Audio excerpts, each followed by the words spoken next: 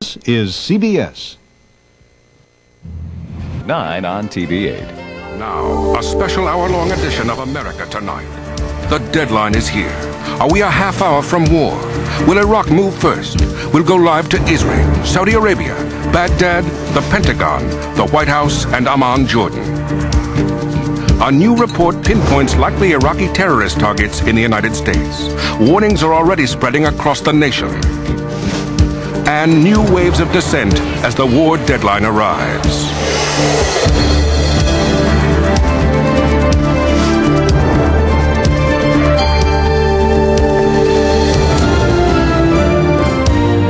From CBS News, this is America Tonight, with Dan Rather and Charles Carrault in New York and Leslie Stahl in Washington. Good evening. The minutes are ticking away. Midnight is the time appointed by the world for Iraq to leave Kuwait. And as far as we can tell, not one of the 545,000 Iraqi soldiers in that little country has budged. So now they face 680,000 U.S. and allied troops authorized by the UN to attack anytime after the next few minutes have passed. We will be here with you to see the deadline come and go. The diplomats are talked out, exhausted and despairing after doing their best. Western ambassadors have left Baghdad for their safety, and tonight Iraq's ambassador to the United States, Mohammed al-Mashat, left Washington. We do not want war. We have said it time again. We will not be the first one to attack at all. We are only defending ourselves. But if we are attacked, then God knows where the flame will reach. God knows where the flame will reach. Whether or not Iraq's insistence that it won't strike first can be believed, the sand is running out of the hourglass now to the midnight deadline. High alert in the sand on both sides of the line across Saudi Arabia and its desert. Important to note that President Bush has not said he's decided to strike. If and when the president does give the order to use force, it would go through the chain of command at the U.S. Defense Department, where David Martin is watching and waiting and has the latest for us now. David? Dan, there are no signs of any unusual activity here as this deadline approaches, but that's not surprising because midnight here is 8 a.m. in the Persian Gulf, and I think it very unlikely that the U.S. would decide to strike during daylight hours because the pilots of those first aircraft over Iraq will be counting very heavily on the cover of darkness. Now, it's always possible for Saddam Hussein to decide to strike first as soon as this deadline expires, but I think as far as the United States is concerned, it will be another 10 hours till darkness comes again and conditions are right. Thanks, David. Bob Simon is standing by in Saudi Arabia now with the U.S. forces there. Any doubt in your mind, Bob, that there's about to be a war? I have program. Hello, Bob Simon. Dan, the midnight deadline is 8 in the morning here, and that's just minutes away. And I never knew that it could be so chilling in the desert. The mood here is very ominous and very expectant. Saudi and Kuwaiti officials report all sorts of rumors that the war will start in 12 hours and 36 hours. I don't set much store in any of them, but the overwhelming feeling here is that it will start soon, that the political advantages for President Bush in starting it soon by far outweigh the military disadvantages in starting it that soon.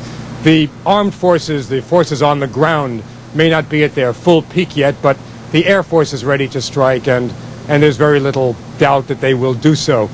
There were reports also that the Air Force was especially busy overnight, that they were flying out of all their bases up and down the Saudi coast just to keep the Iraqis on edge. The sense here is that the Iraqi war aims will be to hit the three things that they know America cares about. They'll want to cause massive American casualties, they'll want to hit the Saudi refineries, they'll want to hit Israel. And the awful thing from the American point of view is that they may be able to do these things and in fact win the war from their point of view without ever having won a single battle. From the American side, what the Americans have to do in this, as the deadline approaches, the aims become even more daunting, the Americans have to achieve such a delicate balance that it's very difficult to see how they can accomplish it all. The Americans not only have to defeat the Iraqi army and liberate Kuwait, so to speak, but they have to do it very quickly. They have to do it without inflicting massive civilian casualties. That would lead to an awful situation in the Arab world if the Americans did that. They have to do it, of course, without suffering heavy American casualties, as without awful political consequences in the United States. And they have to do it, they have to diminish Iraq without destroying Iraq, without demolishing Iraq. No one in this region wants to see Iraq come out of this without any power at all. Charles? Dan, as we know, folks in Tel Aviv have been issued gas masks. Let's go there now and ask Tom Fenton whether he sees any sign of them on this fateful night. Tom? Well, Charles, the Israelis are expecting or prepared for the worst, I should say, and hoping it won't happen, but they fear that the Iraqis may not wait to be attacked by the coalition in the Gulf and may launch a strike against Israel preemptively in an attempt to turn this into an Arab-Israeli war. So they're prepared. Tom, could you see any sign of fear? The Israelis are not notoriously fearful people. Were people getting out of town last night? No, on the contrary, this country has been surprisingly calm. None of that somber mood I hear described in other capitals. Everyone, or almost everyone, has been issued a little box. I've got one here at my feet that contains a gas mask and a syringe with atropine in it. It's an antidote to nerve gas. Everybody has been instructed in how to take cover and what to do in case of a chemical warfare attack. And the Israelis have just announced that the schools will all be closed until Sunday. But no, there's no panic. And in fact, one of the odd things is that hundreds of Soviet immigrants continue to arrive here. More than 400 Soviet Jews flew in yesterday, and they were immediately given gas masks, and hundreds more are expected to arrive today. Tom Fenton in Tel Aviv. Thanks. Leslie? Charles, Iraq declared today that a furnace of hell awaits anyone trying to dislodge its 545,000 troops from Kuwait. Is Saddam Hussein preparing for a preemptive strike? Joining us, Congressman Les Aspin, chairman of the House Armed Services Committee.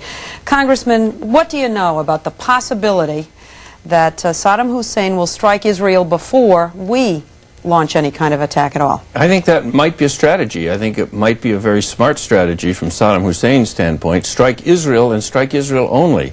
That means that the retaliation which comes from the United States, and we hope at that point would come from our Arab allies, would look like we're going to war to save Israel, and that would put the Arab allies in a very tough spot. Let me ask you if you have a sense of how much warning we'd get. I understand that our intelligence over the missiles that they would launch to attack Israel is pretty good. What kind of warning would we get? The missiles that the Iraqis have are liquid-fueled missiles, not solid fuel, liquid fuel, which means that takes about 2, 3, 4, 5, 6 hours at a time to load them and get them ready. So if you see them coming up and loading up the missiles and fueling up the missiles, you should get warning. Now, that doesn't mean that they might not have some fully fueled missiles hiding under a bridge somewhere. It's a very dangerous thing to do, but Saddam Hussein is not particularly concerned about the safety of his soldiers. The surprise attack could come if they had liquid-fueled missiles already fueled up, hiding under a bridge. We don't know whether they do or not. We do not know whether they do or not. But if they use the normal missiles on the launching pads, we would have several hours of warning. Okay. Do you have any sense that our military people are working on an assumption that he would launch a preemptive strike in the next day or so? I don't think they have a presumption one way or the other. What about our attacking? What about the timetable that you know or think President Bush is working under here in his own mind? I don't know, and nobody knows. Very few people know. President Bush and a few people around him. My guess is that what they said at the beginning of the show from Saudi Arabia was correct, that it's unlikely to happen during daylight hours. It might not happen for a couple of days yet. One indicator is that the French National Assembly is meeting to endorse the use of force by the French forces, and they're meeting on Thursday. That might postpone it till Friday. But we're talking in the next few days, I believe. Next few days. The president keeps saying, or the White House keeps saying, sooner rather than later.